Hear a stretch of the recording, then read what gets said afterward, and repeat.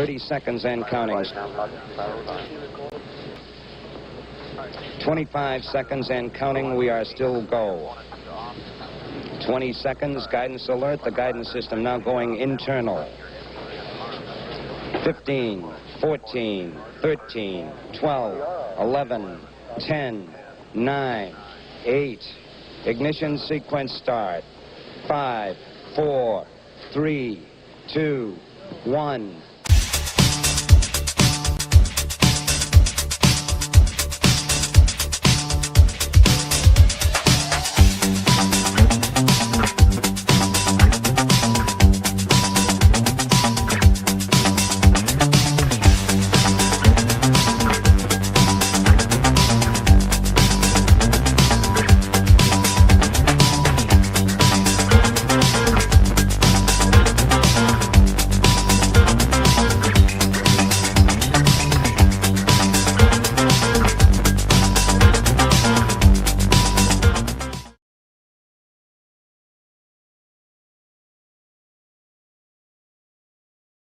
In the Western Hemisphere, and good very early morning to my viewers in the Pacific Rim, and welcome to the Angry Astronaut, to a Q&A session where we'll just have an open forum and an opportunity to ask whatever questions you would like to me.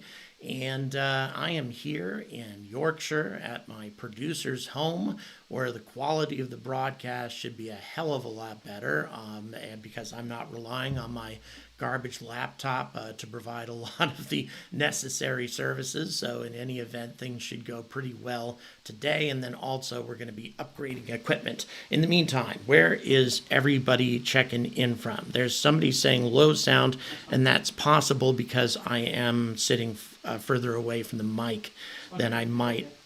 So in any event, let's see, where's everybody checking in from, please? And yeah, I was sitting a ways away from the mic, so that probably was having an impact.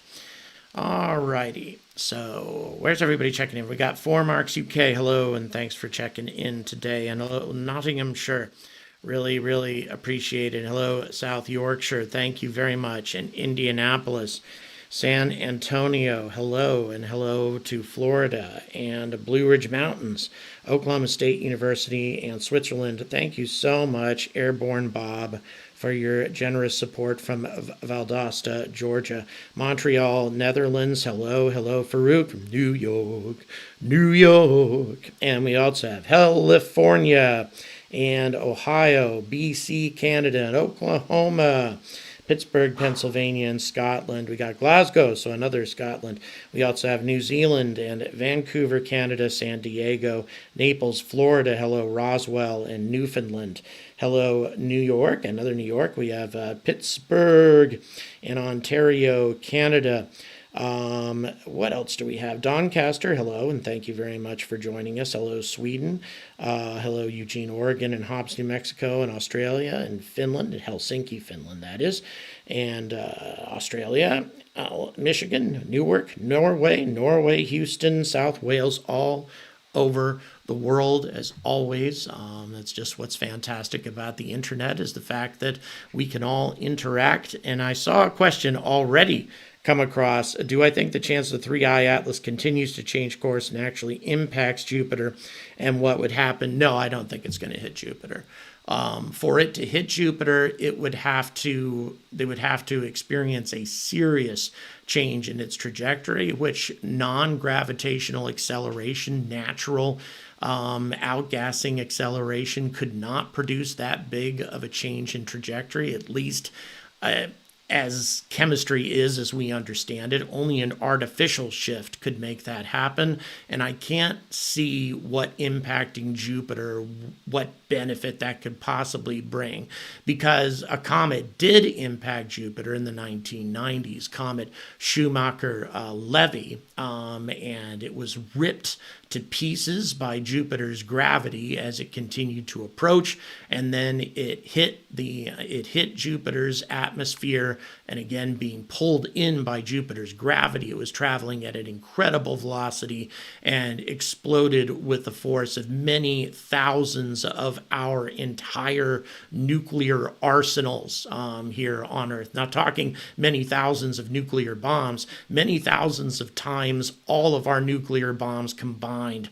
It was an incredibly violent blast, and it spread over a large area because it was several fragments, and it left visible disruptions in Jupiter's atmosphere for a considerable amount of time. Of course, Jupiter being just mostly a big ball of gas, it was definitely capable of healing itself over that time.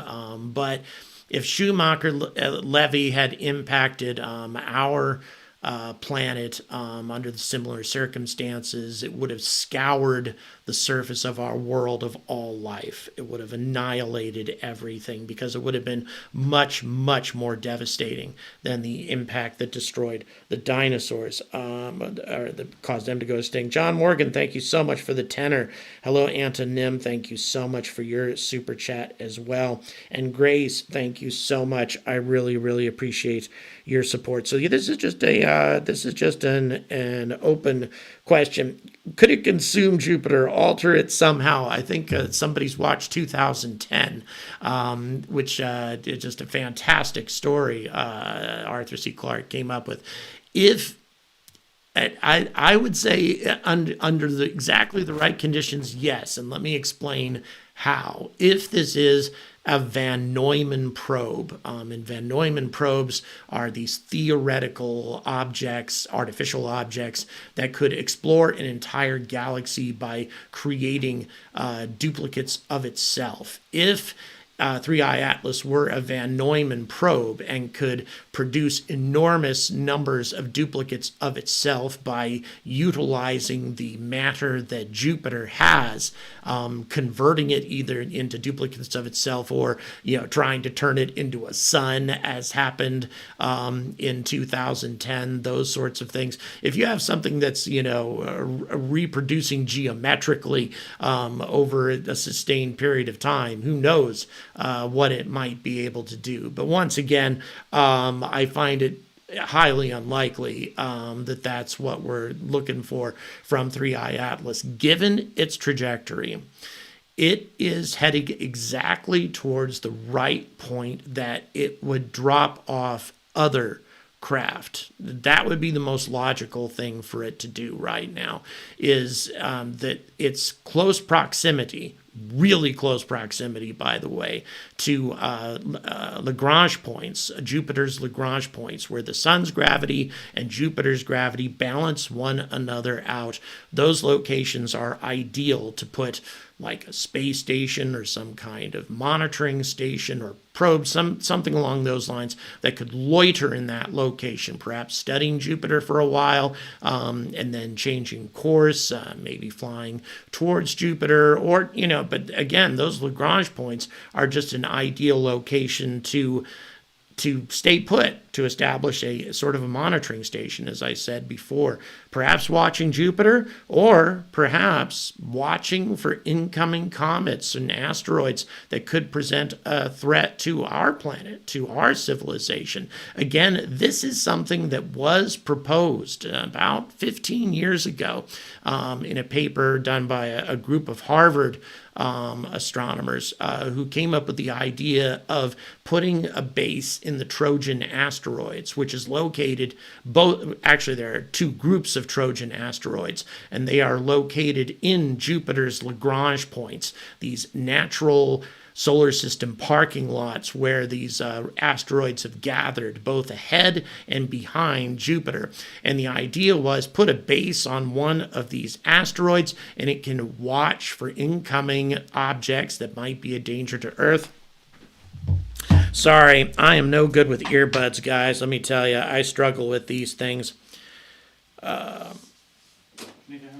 In addition to that, hang on, guys, one moment. In addition to that, you could also have a situation where they could fire missiles. It would be a really good location to fire missiles to knock dangerous objects off their course.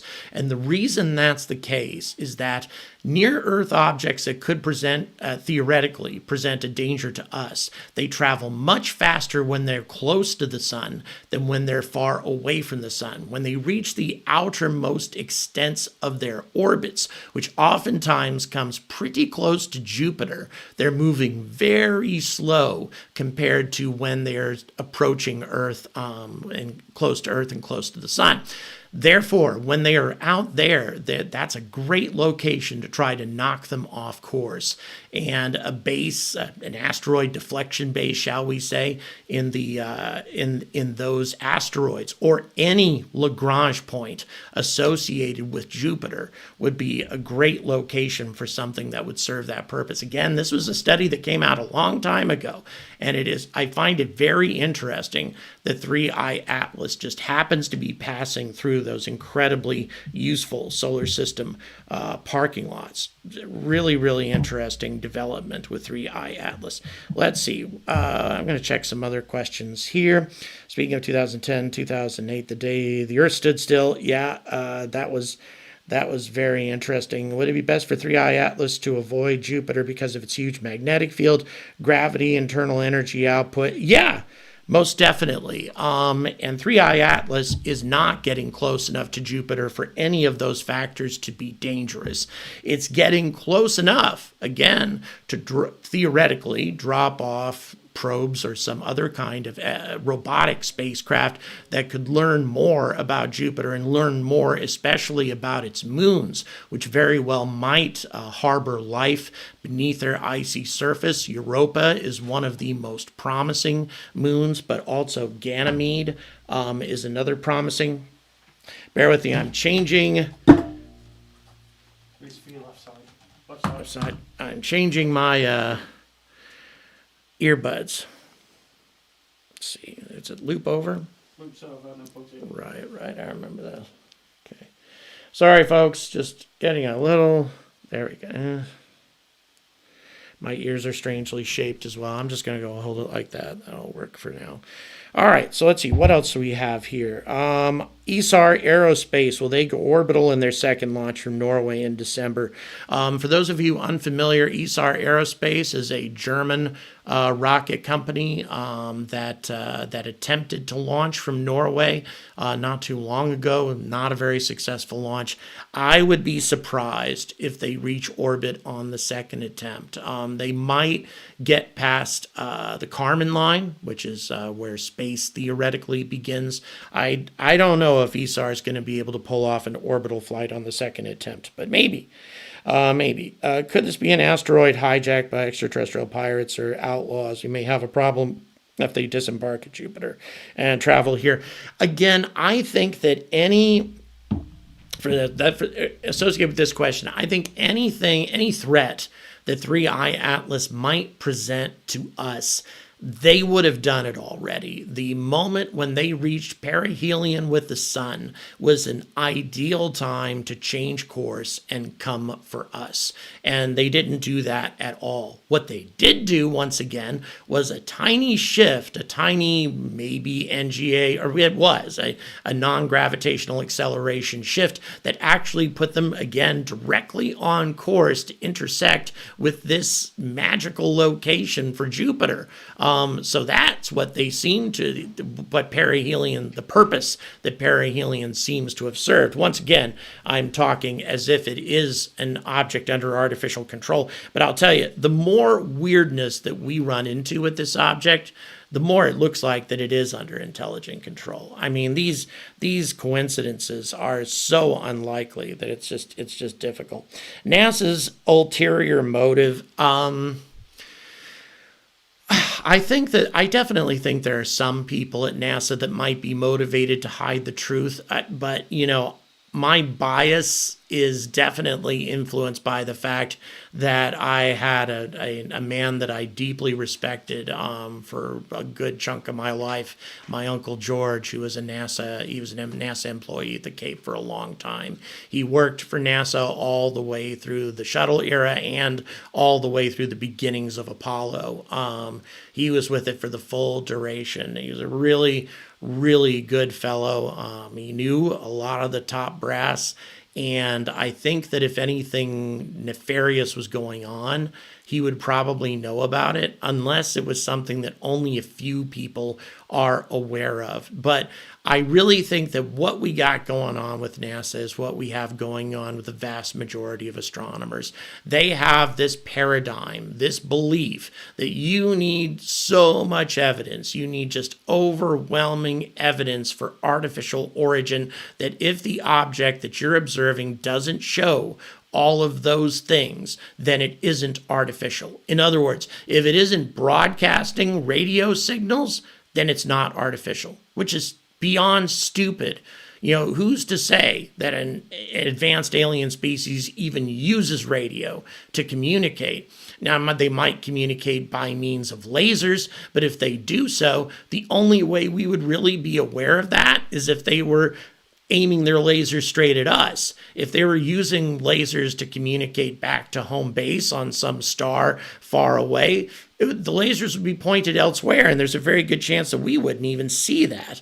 So NASA just has this attitude that unless this object is demonstrating really obvious, artificial characteristics, then it isn't artificial. End of story, period. And 3I Atlas, to be fair, looks like a comet. In many ways, it really does look like a comet. It has a coma. It's sublimating materials off of its surface, or at least it appears to be. Carbon dioxide and some water vapor and carbon monoxide. And, a variety of things. And then nickel, which is really strange, though. Some of the composition is weird. But if that was the only thing that was weird about 3I Atlas, then I would actually support their position on this. But it isn't. All of these weird things about its trajectory and these bizarre million-kilometer lances that are spearing out directly at the sun and defying the solar wind, all of these things, they're just things that are very difficult to explain with conventional physics and conventional chemistry. They can definitely be explained by artificial technology. There are certain types of ion engines, even really powerful rocket engines that theoretically could do things like that. But these million-kilometer lances spearing out straight at the sun and just laughing off the solar wind, that's just something that screams artificial to me. Or if it isn't artificial, some sort of really bizarre natural phenomenon, and we have seen nothing even remotely like it. And it's something that deserves serious investigation. Not only that, it also deserves acknowledgement. NASA should be telling everybody that this is bizarre. We don't know what's going on here. We don't think it's artificial. But then again, maybe it is, but chances are it's a natural phenomena that we've just never seen before, and we need to figure it out. But they won't even acknowledge that. They won't even, they won't even own up to those facts, and those are the sorts of things that really annoy the hell out of me. Doesn't Space Force have satellites with really good cameras that could image 3I Atlas clearly? Maybe. We certainly don't know about all of Space Force's capabilities.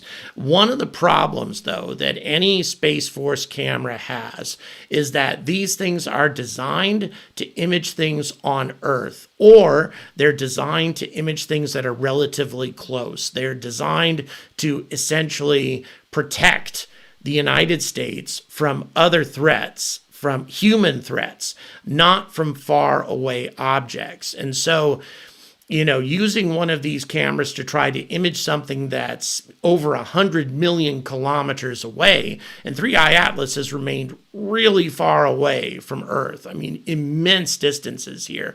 When you have that going on,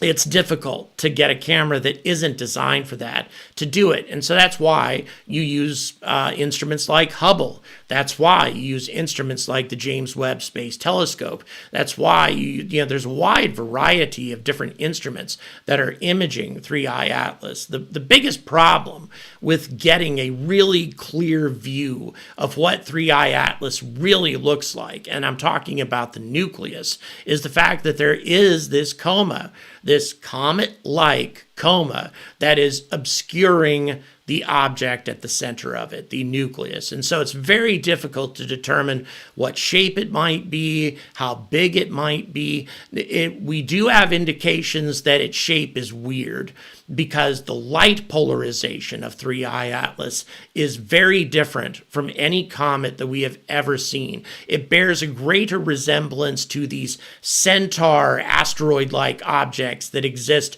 in the outer solar system. Again, those are natural, but they're not comets. So that's an important detail as well. So we know a few things about the nucleus, but there's a lot that we really don't know. Let's see, a rock-based organism. Hey, why not?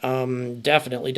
And incidentally, the only way that we can get a really, really good look at the nucleus is to send a probe there. And the only probe that was in position to do anything about it was the Juno probe that's currently orbiting Jupiter. The Juno probe that we intend to burn up in Jupiter's atmosphere within the next couple of months. Its mission is over. Why did we not divert it? There were concerns expressed saying that we don't know if it has enough propellant. We don't know if its primary engine is going to be able to handle it. Why not at least try? Because it doesn't serve any other purpose. So why not at least give it a shot? Let me see what else we got here. What size probes are observable with our current technology from Jupiter or from the sun? They have to be quite large. They have to be asteroid-sized, several hundred, maybe 100 meters or so in diameter, football field-sized stuff. If you're talking about that far out, if you're talking way the hell out around the orbit of Jupiter, it has to be pretty sizable. You might be able to get a bit smaller than that, but if we're talking about probes that are roughly the size of Voyager 1 and 2, or the Viking spacecraft, or New Horizons, something along those lines, there's no way we're going to be able to see those at that kind of distance. We wouldn't have been able to see them when 3i Atlas was emerging from behind the sun either. Let's see.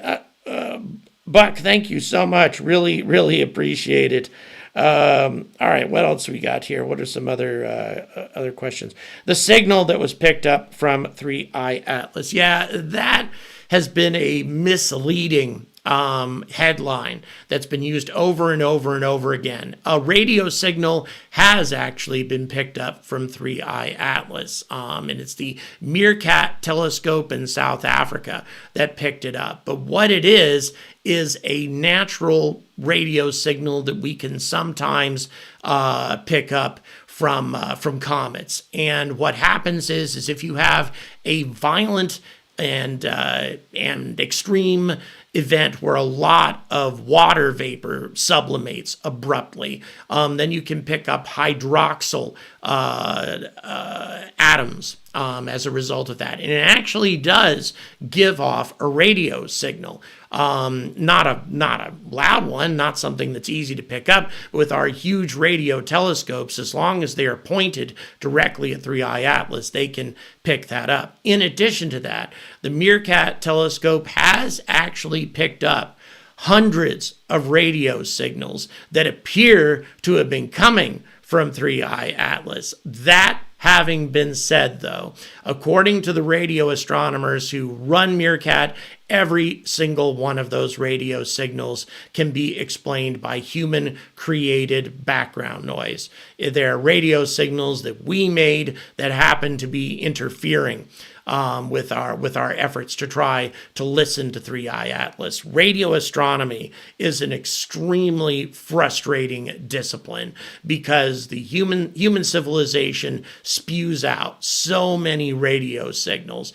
all the damn time that it's very difficult to try to filter out all of that human-made chatter and listen for something that's definitely coming from another source. One of the best ways to try to determine if something is not man-made is to, if you pick up a signal that seems to be coming, let's say, from 3i Atlas, you turn the radio telescope away from 3i Atlas, change its direction by, say, 20 degrees, something like that. If you still hear the same signal, then that means it's human-made. That means it can't be coming from 3i Atlas. If you turn the radio telescope away and then turn it back towards 3i Atlas and you pick up the same signal only when you have it directed at 3i Atlas, then you have a pretty damn good candidate for a radio signal that's coming from an object in deep space. Not always, though,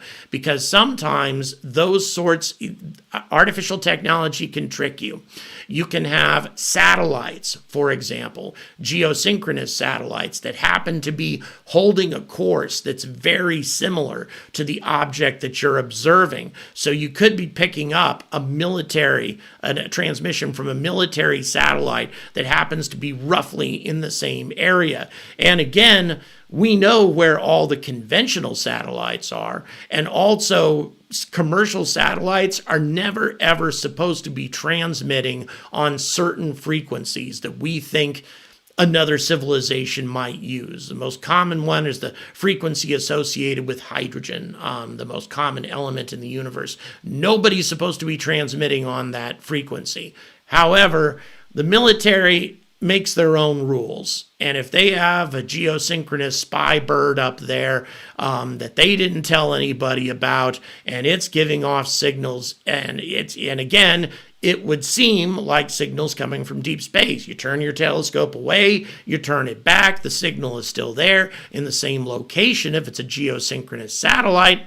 These sorts of things can fool you. So it takes a lot of work, an enormous amount of work, to try to confirm that a signal is artificial and that it's coming from deep space and that it's not being generated by some sort of natural phenomena.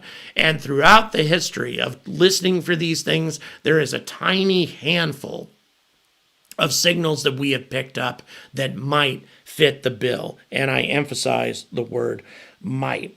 For how long time and under what circumstances could an interstellar comet keep its tail pointing in the direction of travel should the comet's own gravity?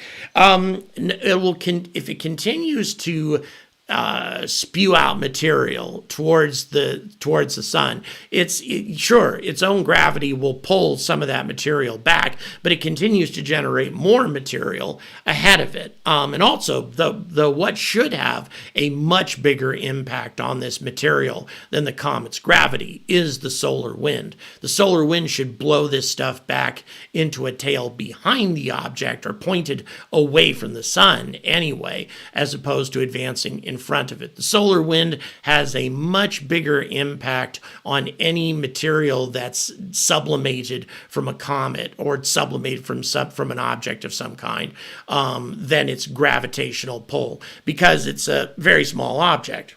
Even if it's 10 kilometers in diameter, that's a minuscule amount of gravity compared to the strength of the solar wind. I've got headphones. However, I don't have headphones that work with what we're using here tonight. I do actually.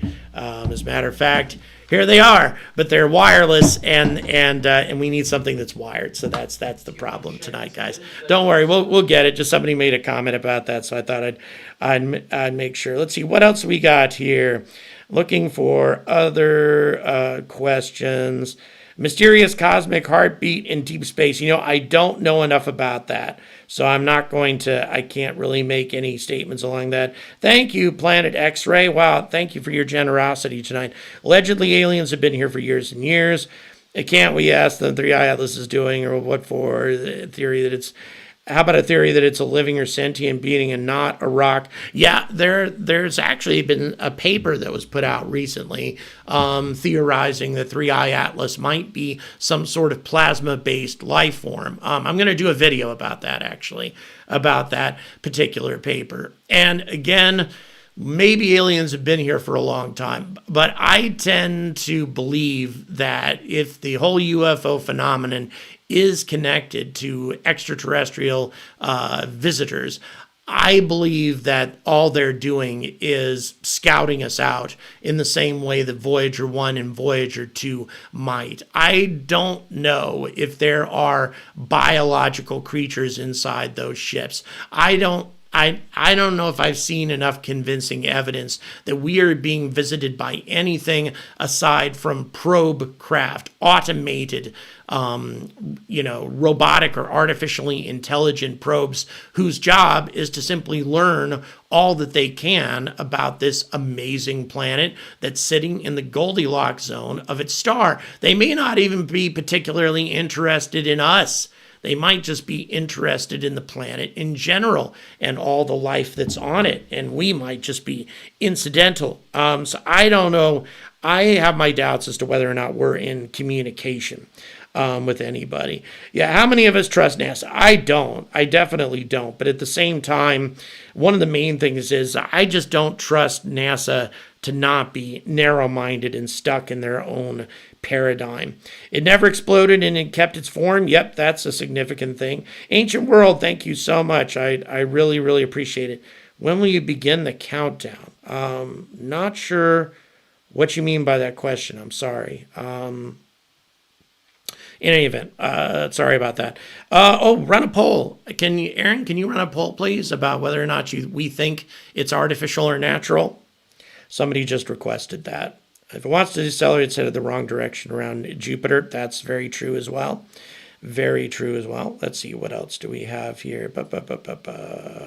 Thank you. I appreciate the compliment. I do my best to look dapper whenever possible. Let's see, what else in terms of questions? Have you watched Disclosure? No, I haven't yet, and I really, really want to. Definitely. Grush seems to be backing away from ET to something different. Maybe he has. I haven't kept up with what he's had to say all that much. To December 19th. Yeah, once again, I think that could be a significant day, simply because that's when Earth is going to make its closest approach to 3i Atlas, although 3i Atlas is still going to be an immense distance away from Earth. Even at that point, it will be far further away from Earth than the spacecraft that were orbiting Mars, for example, were when they took their photos. That, again, is one of the reasons why it is so damn disappointing that those high-rise images were so just blurry and fuzzy and terrible, because a lot of people were really thinking that a high-res camera orbiting Mars and taking images of this thing when it was much, much, much closer than it's ever going to get to our telescopes here. There's a lot of hope that it would be better than that, and it just wasn't. And yet we still got something good out of it, which is interesting. Could it be looking for water? Homing in on Europa is supposed to have twice as much water as Earth. Maybe so. Yeah, that's possible. Once again, though, water's really common in the universe. At least we think it is. Water seems to be present in vast quantities in a variety of different places, not just Europa. Ganymede, we think, also has a vast, maybe multiple oceans. And then Callisto, too, probably has a lot of water. In addition, orbiting Saturn, Enceladus has an incredibly vast ocean. Kepler 22, but he's also Kepler 22b, the producer just pointed out to me, also we think has a vast amount of water. Water seems to be, in science fiction movies, a lot of like V, for example, that's one that I'll remember from back in the day, talk about how, so many different aliens want our water. But the more that we've learned about the universe, the more it's become clear that water is a really common thing. Even on Mars, the ice beneath the Martian surface, if it were to be melted and turned in and cover the surface of the planet, it would be enough to cover the entire surface of Mars to a depth of several meters, assuming, of course, that Mars had an atmosphere that could support a liquid ocean. But I mean, that's how much water is on Mars, which is a planet that not too long ago, I mean, we're talking 30 years ago, we really thought didn't have any water at all, or there was a really good chance that there was no water at all, except at the poles. 3I Atlas, my favorite. It's my favorite interstellar object ever, that's for sure. It's definitely one of the most interesting and unique. Very, very interesting indeed. They don't want to have a land here. They have their pick of the crop. Yep, very, very true. Let's see. What else do we have?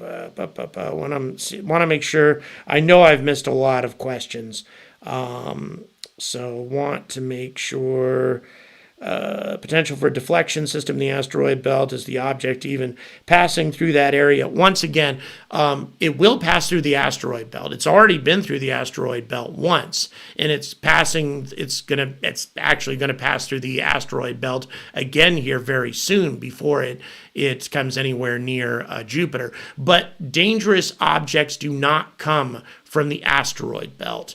The asteroid belt, all of the asteroids, or just about all of them anyway, accounted for in the asteroid belt, have very predictable orbits that are outside the orbit of Mars and present no threat whatsoever to human civilization. The objects that are dangerous are things called NEOs, near-Earth objects. No, not the Matrix Neo, but near-Earth objects. And then, in addition to that, comets coming from outside the inner solar system, from the Kuiper Belt area and such. Oftentimes, we have no idea that those comets are even there until it's too late, until there would be no way we could possibly deflect them. But maybe something way out there might be able to do it as they're coming in. So yeah, it's interesting. You never can say. Thank you, by the way, Alan. That's a very kind thing for you to say. Water ice on the poles of the moon. Yep, very true. Billions of tons, actually, of water ice. It's really, really amazing. Will the pictures on December 19th be that much better? Yes, I think they will. And let me tell you why.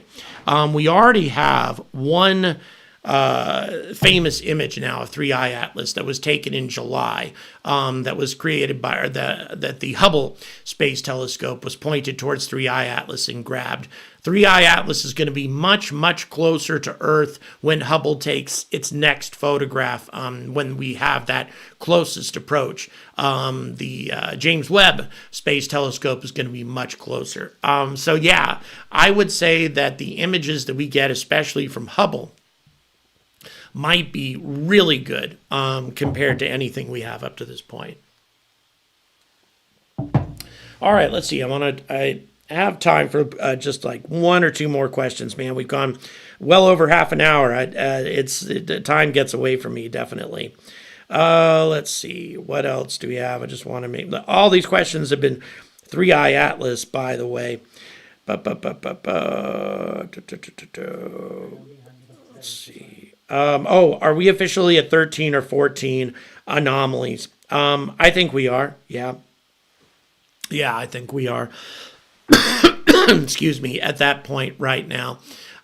We had 12 before, and now we have the fact that this halo is moving ahead of 3I Atlas, a halo that seems to have nothing to do with the solar wind or heating by the sun. Instead, it's just advancing in front of the movement of the object. We have no idea why the hell that would be happening. And then, of course, the fact that it's moving to intercept the Lagrange points for Jupiter.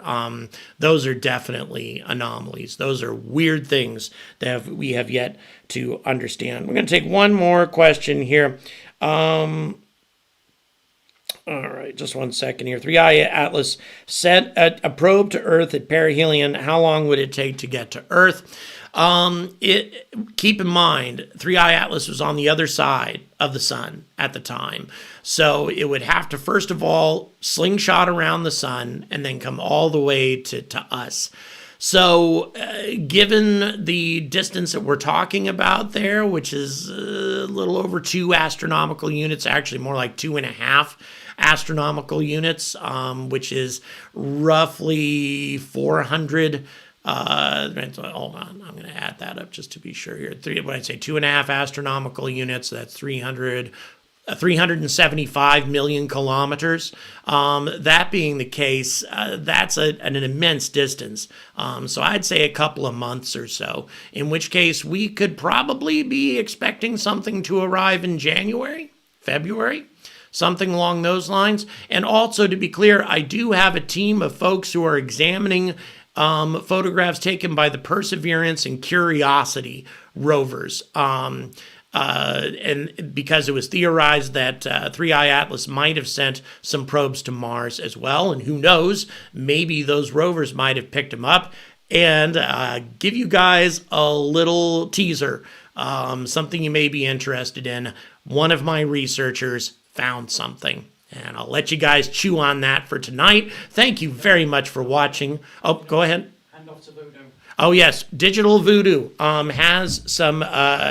has some animations, 3i Atlas animations waiting for you folks. For those of you who didn't get a chance to watch it last time, please consider just watching that. You'll be transitioned directly and automatically to those awesome animations. We're trying to get him to monetization, and watch time is what he needs right now, and we're real close. Real close. So if you're able to, go ahead and stay tuned and check out those animations. Thanks again for watching. Please don't forget to like and subscribe. And until next time, stay angry about space.